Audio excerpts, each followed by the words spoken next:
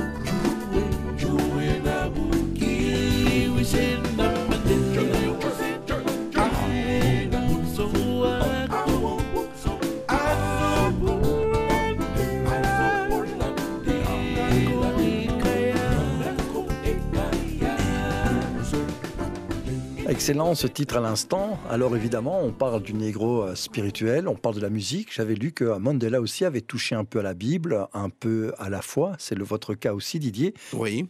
Côté musique, vous avez encore du lourd à venir. Quel est votre joker numéro 2 ? Alors, le joker numéro 2, pour moi, ici, c'est l'un des groupes qui est assez emblématique dans le style musical qu'on retrouve en Afrique du Sud. Il faut savoir que la musique sud-africaine est beaucoup liée au chant choral. Il y a beaucoup de voix parce que la voix est utilisée aussi pour le combat. La voix est une arme pour apaiser l'ennemi. On dit on ne fait la paix qu'avec un ennemi. C'est pour essayer de l'amadouer, mais parfois lui dire qu'on est là. Et donc ce chant est interprété par un groupe, Ladysmith Black Mambazo, qui est l'un des grands groupes connus, avec ce chant-là qui parle de Dieu. Et pour moi, c'est un peu la force de cette musique-là qui lie la culture musicale à la foi. Et la foi n'est pas forcément liée à la religion, c'est tout simplement la confiance qu'on a que demain sera meilleur. Il y a ce chant qui dit « Seigneur, viens et guide nos pas ». Nous l'écoutons.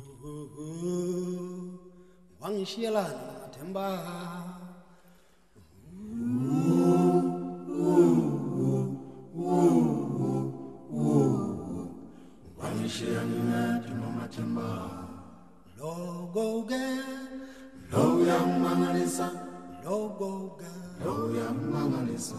Mangi bani dandana, ehleli, ngaphansi komthunzi, lo yang mangalisa. How. Hayibuza kamala, pendulanga. Yaphela phansi yaze yakholwa, izinyembezi.